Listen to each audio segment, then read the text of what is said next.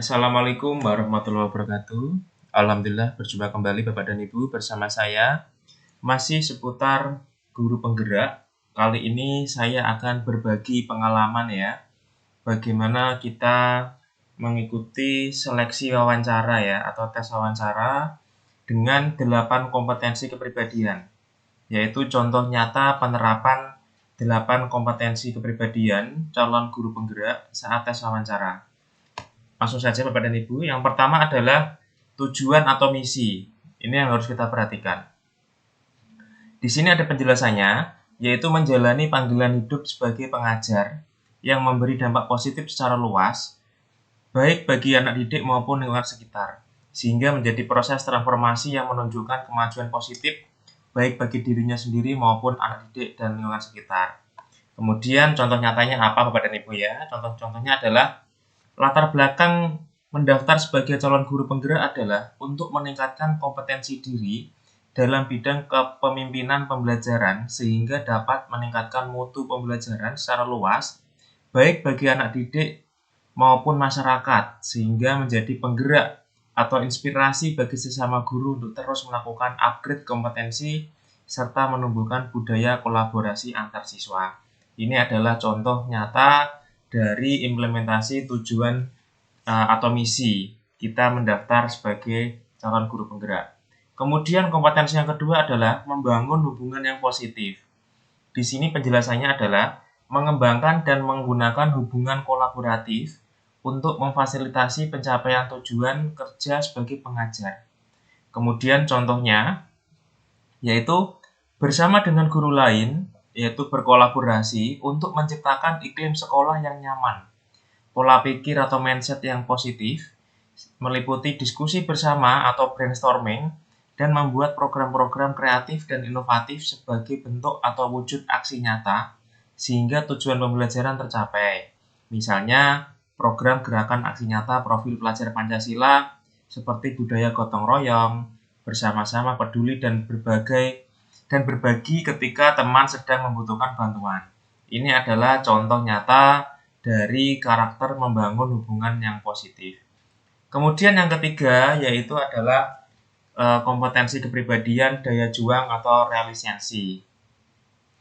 Penjelasannya adalah sebagai pengajar yang terus berupaya, fokus dan positif saat mencapai tujuan yang ingin dicapai, serta bangkit kembali saat menghadapi kegagalan yang untuk mencapai tujuan. Kemudian contohnya adalah sabar dan terus berpikir positif ketika program baik tidak berjalan dengan semestinya. Contohnya, ketika program pembelajaran berbasis project ya atau PJBL mendapatkan penolakan dari beberapa rekan kerja, maka tetap fokus pada tujuan utama, terus berkomunikasi aktif dan berkolaborasi, melakukan pendekatan dan proses awareness ya atau penyadaran bagi pihak yang belum menerima serta memberikan kesempatan untuk menjadi bagian dari tim pengembang sehingga dapat memahami maksud dan tujuan program. Artinya ini adalah contoh nyata ya bahwa daya juang atau relisensi merupakan kompetensi kepribadian dari calon guru penggerak yang harus dimiliki.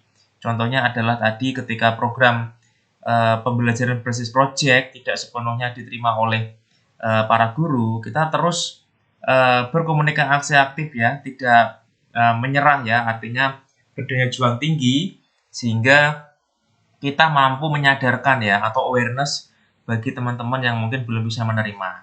Dan di sini komunikasi menjadi faktor penting ya, kunci agar kebijakan ini bisa diterima oleh semua pihak. Kemudian yang keempat adalah kompetensi kepribadian inisiatif untuk mengambil tindakan. Ini juga penting Bapak dan Ibu ya. Penjelasannya adalah sebagai pengajar yang bertindak segera untuk mencapai tujuan, melakukan tindakan untuk meraih sasaran yang melampaui persyaratan minimum, kemudian bersikap proaktif dan mandiri. Bagaimana contohnya? Contohnya adalah ini, melakukan tindakan preventif ketika ada kemungkinan permasalahan muncul. Misalnya seperti kebijakan PTM terbatas, ketika ada hal yang dilanggar, maka kita berinisiatif memberikan peringatan ya, baik pada siswa maupun sesama guru. Kemudian terkait siswa yang pasif dalam pembelajaran, maka proaktif untuk melakukan analisis penyebab permasalahan dan bila perlu dilakukan asesmen diagnostik ya, atau juga bisa dilakukan PTK ya, penilaian tindakan kelas, agar mengetahui nilai dan karakter setiap siswa sebelum pembelajaran dimulai. Bapak dan Ibu, kita tahu bahwa asesmen ya itu ada 3. Yang pertama itu adalah asesmen diagnostik ya, atau asesmen di awal untuk mengetahui sejauh mana kesiapan siswa untuk mengikuti pembelajaran ya, termasuk kompetensi dasar dari masing-masing siswa itu tidak sama. Melalui asesmen diagnostik harapannya guru bisa mengetahui potensi dasar siswa sehingga kita bisa benar mengeksplorasi kemampuan para siswa. Kemudian setelah asesmen diagnostik ada juga asesmen formatif ya Bapak dan Ibu ya. Ini adalah asesmen yang dilakukan pada proses pembelajaran. Ketika proses pembelajaran sedang berlangsung, penilaian atau asesmen formatif ini perlu kita kembangkan. Yang ketiga, contohnya adalah asesmen sumatif ya, atau asesmen di akhir seperti PTS, penilaian tengah semester, penilaian akhir semester dan sebagainya. Nah, ini menjadi dasar kita untuk berinisiatif ya, untuk mengambil tindakan ketika ada hal-hal yang memang diperlukan. Kemudian kompetensi yang kelima yaitu pembelajaran yang berkelanjutan. Ini adalah penjelasannya. Yaitu sadar akan area kekuatan dan area yang perlu diperbaiki. Sebagai pengajar ya, aktif menemukan cara-cara efektif untuk terus mengembangkan dan memperbaiki diri melalui proses pembelajaran yang dilakukan secara terus-menerus. Kemudian contohnya adalah ini, yaitu melakukan evaluasi diri ketika belum mampu mengikuti kebijakan terbaru dari pemerintah, seperti asesmen diagnostik yang dibutuhkan atau yang membutuhkan kompetensi lebih dalam bidang psikologi siswa. Maka saya akan belajar ya, atau update pengetahuan dan keterampilan dalam bidang tersebut. Kemudian juga terus belajar dari berbagai sumber belajar, baik dari komunitas nyata maupun dunia maya. Mengikuti program pengembangan diri dari pemerintah seperti halnya program guru penggerak. Ini adalah contoh nyata bahwa kita sebagai calon guru penggerak harus memiliki kompetensi kepribadian, yaitu selalu belajar ya dari waktu ke waktu. Kemudian yang keenam adalah kepribadian untuk mengembangkan orang lain. Penjelasannya adalah ini, yaitu melibatkan diri dan berkomitmen dalam proses pengembangan perilaku, keterampilan, atau pengetahuan spesifik yang dibutuhkan coach ya. Coach ini artinya adalah anak didik ya, rekan kerja, pengajar, atau orang lain, serta memastikan munculnya sikap positif dari coach yang tadi saya sampaikan, yang kelak akan membantu dan menunjangnya untuk sukses di masa depan. Contoh nyatanya adalah kesadaran pada diri pribadi bahwa ilmu adalah hal yang baik dan bermanfaat yang harus disampaikan kepada sesama, termasuk tadi anak didik, rekan kerja, atau orang lain. Kemudian terus belajar dalam bidang komunikasi, artinya ketika kita ingin punya dampak kepada sesama rekan kerja atau siswa, maka kita harus meningkatkan kemampuan dalam berkomunikasi, khususnya dalam bidang coaching ya, yaitu berbicara dan mendengar, sehingga mampu melakukan praktek coaching yang mendampingi orang lain atau coach ya, untuk mengembangkan kemampuan terbaiknya, sehingga orang lain mampu mandiri dalam menyelesaikan setiap permasalahan dan sukses di masa depan. Artinya sebagai calon guru penggerak, kita juga harus punya kompetensi ya untuk mengembangkan orang lain. Dalam hal ini adalah seorang coach ya, atau pelatih, di mana kita bisa menjadi pendamping orang tersebut agar mampu mengeksplor ya, mengetahui jati dirinya, kemampuan terbaiknya, sehingga ketika seseorang itu mengalami permasalahan, dia bisa menyelesaikan secara mandiri tanpa ada kita, karena kita memang sudah melatih ya untuk mengetahui potensi-potensi terbaik dari orang tersebut. Dalam hal ini adalah coach ya. Yang ketujuh adalah kematangan etika, ini adalah kompetensi yang ketujuh ya, kompetensi kepribadian yang harus dimiliki oleh seorang calon guru penggerak. Penjelasannya adalah kapasitas diri sebagai pengajar yang menunjukkan kematangan emosi dalam berkarya melalui keterbukaan dan kejujuran, berperilaku dengan kebijaksanaan serta kasih sayang, selaras antara perkataan dengan tindakan dan sesuai dengan petunjuk moral, spiritual, nilai, etika, profesi, dan kebijakan yang ada. Bagaimana contohnya Bapak dan Ibu? Contohnya adalah ini ya, selalu mengedepankan etika dalam berperilaku, mampu menjadi teladan bagi siswa dan sesama guru.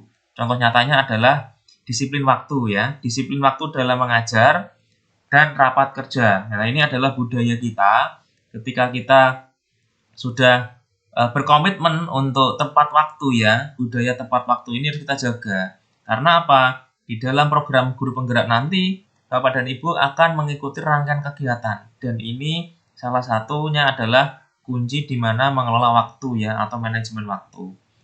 Kemudian memberikan solusi dan bijaksana ketika terjadi permasalahan dalam kelas.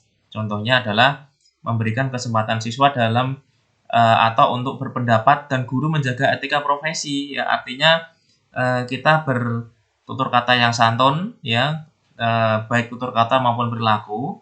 Kemudian itu di sekolah maupun di masyarakat. Sehingga dimanapun kita berada sebagai seorang guru, khususnya calon guru penggerak, kita harus benar-benar menjaga etika kita ya sebagai seorang guru dimanapun berada, baik di sekolah maupun di lingkungan masyarakat. Kemudian yang terakhir adalah kompetensi kepribadian pengambilan keputusan. Ya, di sini kita lihat penjelasannya.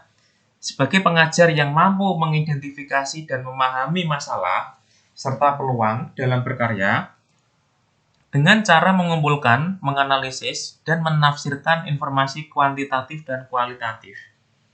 Memilih tindakan terbaik dengan menetapkan kriteria keputusan yang jelas, menghasilkan dan mengevaluasi alternatif, dan membuat keputusan tepat waktu, mengambil tindakan yang konsisten dengan fakta dan kendala yang tersedia, serta mengoptimalkan konsekuensi yang mungkin muncul.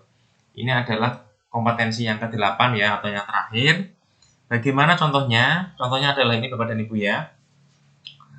Mengambil keputusan di tengah-tengah pro dan kontra dalam hal ini menentukan model-model pembelajaran. Jadi ini saya ambil satu contoh ketika sedang rapat, kita sebagai pemimpin dengan tema model pembelajaran, ketika ada pro dan kontra, kita harus bisa mengambil keputusan ya Bapak dan Ibu ya. Maka sebelum diambil keputusan, dilakukan analisa yang mendalam, berbasiskan data, berdasarkan tujuan, isu-isu internal dan eksternal, regulasi dan mendengarkan pendapat dari berbagai pihak. Bila perlu mengundang pakar ya untuk mendampingi sebagai narasumber sehingga mampu menghasilkan keputusan yang baik dengan risiko paling kecil. Bapak dan Ibu, ini adalah kompetensi kepribadian yang ke-8 bagi calon guru penggerak, yaitu kemampuan mengambil keputusan. Ini sangat penting sekali sehingga kita harus terus belajar ya. Ketika proses itu berlangsung, maka proses pendewasaan pun juga ikut berproses. Bapak dan Ibu, penerapan di atas hanyalah contoh ya. Semoga bisa menambah pengetahuan dan wawasan Bapak dan Ibu semua yang saat ini mungkin sedang mempersiapkan diri dalam proses seleksi wawancara calon guru penggerak. Kemudian tentunya Bapak dan Ibu nanti dalam wawancara silahkan dijawab sesuai dengan pengalaman pribadi ya.